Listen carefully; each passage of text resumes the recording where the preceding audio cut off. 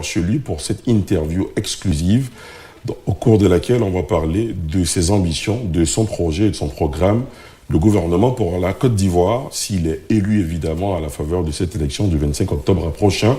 Awa Domelo, bonsoir. Bonsoir. Merci de nous recevoir chez vous pour cette interview exclusive. C'est moi qui vous dis merci pour l'occasion que vous m'offrez pour m'exprimer sur ma candidature. Merci beaucoup. Alors, comme indiqué sur la short list des candidatures retenues par le Conseil constitutionnel, vous y figurez. On avait au départ 60 candidatures, 55 ont été rejetées, 5 retenues, dont vous. Comment vous vous sentez aujourd'hui, à 20 jours de ce scrutin ? Je me sens dans la peau de quelqu'un qui est prêt à affronter l'électorat et qui est prêt à proposer ses idées. Parce que nous sommes à une période importante de l'histoire de la Côte d'Ivoire et de l'Afrique et du monde en général, où les idées sont en train de se renouveler.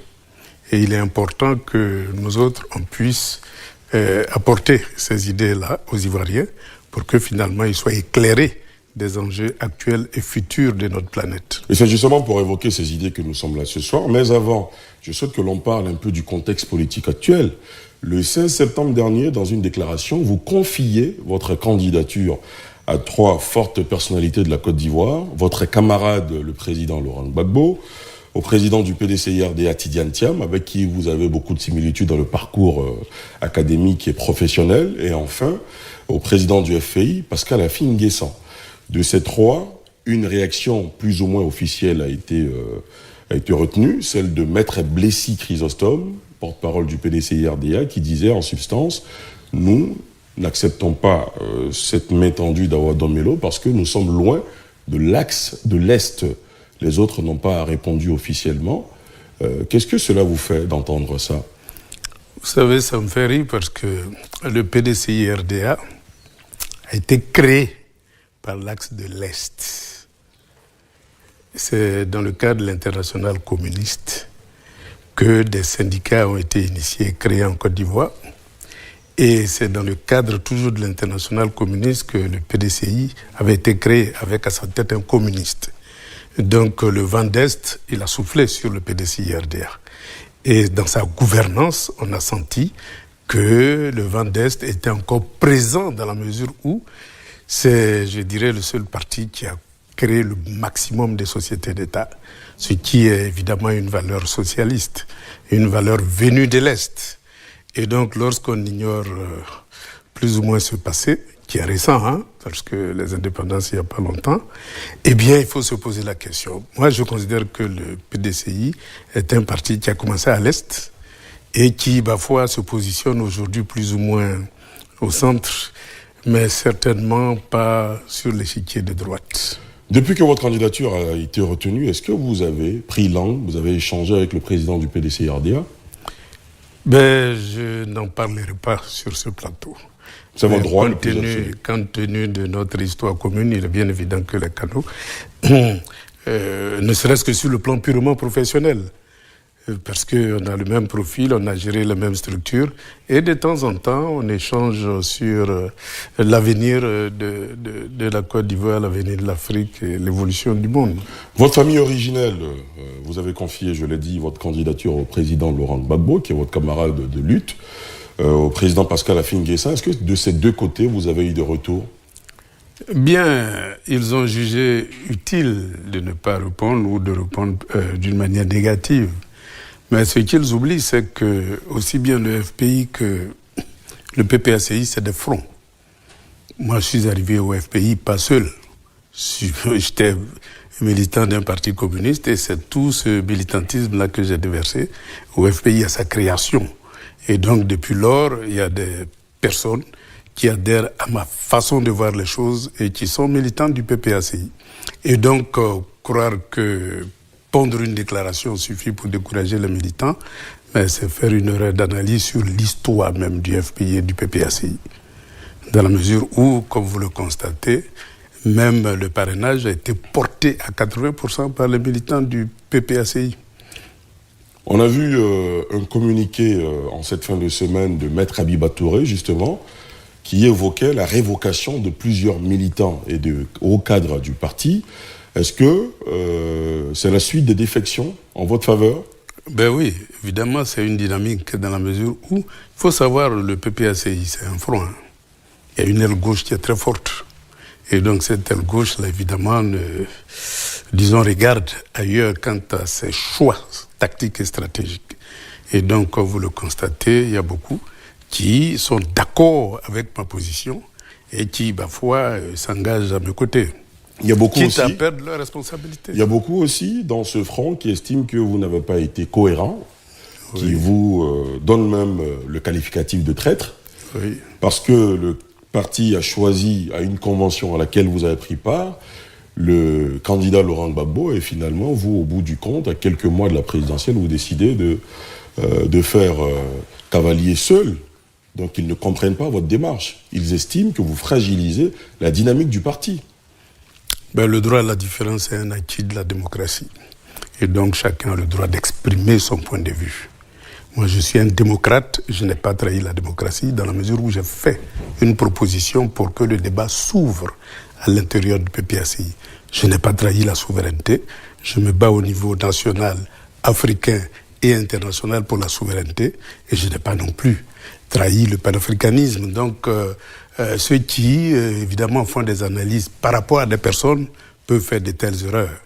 Mais ceux qui font des analyses idéologiques ne peuvent pas arriver à une telle conclusion. En 2020, on était dans une situation presque similaire. Plusieurs candidatures avaient été retenues, dont les plus illustres, celle d'Henri Konan Bédié, feu le président du PDCI-RDA, celle de Pascal Affi-N'Guessan et bien d'autres, notamment Kouadio Konan-Bertin. Les deux précités ont décidé finalement de boycotter la présidentielle, et on a eu une affiche entre le président Ouattara et Kouadio Konan-Bertin. Certains se disent, Awadon Melo, s'il n'a pas le soutien de Laurent Gbagbo, de Tidiane Thiam ou encore de Pascal Affi-N'Guessan, il se retirerait avant le 25 octobre. Comment vous réagissez? Vous savez, le deuxième parti le plus puissant, c'est les indépendants. Si vous vous référez aux élections locales, vous verrez que c'est les indépendants qui ont ravi la première place dans l'opposition. Par conséquent, c'est valable pour les législatives et les municipales peut-être, oui, mais pas encore pour la présidentielle. Mais vous verrez, dans la mesure où les esprits évoluent, chacun se rend compte que la démocratie n'est pas seulement la propriété des partis politiques, mais que chaque citoyen est libre de faire ses choix en fonction de ses analyses. Moi, je parcours la Côte d'Ivoire, je vais un peu partout, je vois comment les Ivoiriens réagissent. Et donc, nous ne sommes plus au stade où les citoyens sont des otages des partis politiques. Ça, c'est une donnée nouvelle qu'il faut prendre en compte, sinon on fait une fausse analyse. Donc, ce que vous nous dites, c'est que vaille, vous êtes candidat jusqu'au 25 octobre. Mais je suis candidat, évidemment. Je suis candidat aux élections présidentielles de 2025. Évidemment, la météo politique, elle peut changer, mais pour le moment, ma ferme conviction, c'est qu'il faut utiliser les urnes comme moyen d'expression démocratique et il faut utiliser les urnes pour faire avancer le jeu démocratique. Parce qu'on oublie souvent que le jeu démocratique, il y a d'abord deux phases essentielles. Faire connaître ses pensées, ses idées. C'est ça le propre d'une campagne électorale. Dès lors que vous avez toujours l'intention d'aller aux élections pour gagner, il est bien évident que vous ratez l'occasion de faire partager vos idées. Mais c'est parce que les Ivoiriens auront partagé vos idées qu'ils vont vous porter au pouvoir. Et donc pour moi, le jeu démocratique, c'est le lieu de l'expression démocratique d'un pays. C'est pour ça que j'ai décidé de rentrer dans le jeu démocratique et puis exprimer mes pensées. Avant d'en arriver justement à vos pensées, à vos idées, à ce que vous souhaitez pour la Côte d'Ivoire, pour terminer sur le contexte sociopolitique, dans l'opposition, il était prévu une marche ce 4 octobre. Finalement, la marche a été annulée. Le PPACI a annoncé une marche pour le 11 octobre prochain, alors que la veille, vous êtes censé ouvrir votre campagne, vous et les autres candidats retenus. Quel commentaire faites-vous de cette situation? Vous savez, le processus démocratique, c'est vraiment un processus. On a commencé par le multipartisme, et comme vous le savez, le multipartisme, c'est la gestion de l'État par un parti, et pour un parti. Et nous sommes sur le chemin de la démocratisation de la Côte d'Ivoire. Et donc, sur ce chemin-là, il peut y avoir des allers et retours. C'est-à-dire, il y a des moments où la démocratie avance, et il y a des moments où elle recule. Et donc, la question des droits de l'homme, lorsque la justice est un instrument du parti État, et que la police et la gendarmerie sont des instruments du parti État, et que, parfois, le Parlement est entièrement phagocyté, eh bien, on criminalise pratiquement ses adversaires pour conserver le pouvoir. C'est la loi du pouvoir. Hein. Celui qui l'a veut conserver, celui qui l'a pas veut le conquérir. Et donc, dans cette dynamique-là, je pense que il faut toujours utiliser la ruse démocratique pour avancer. La ruse démocratique, c'est de vous soutenir. Ben oui. Par exemple, vous, oui. un autre candidat de l'opposition. Oui. Oui. Est-ce qu'il peut arriver que vous, Simone Gbagbo, Jean-Louis Billon et Henriette Labou, arriviez à un consensus pour qu'une seule voix représente l'opposition à cette élection? Tous les schémas sont possibles dans la mesure où... Le jeu est ouvert. Oui, le jeu est ouvert. Simone et moi, nous partageons parfaitement la même vision de la société, le même parcours politique et la même idéologie.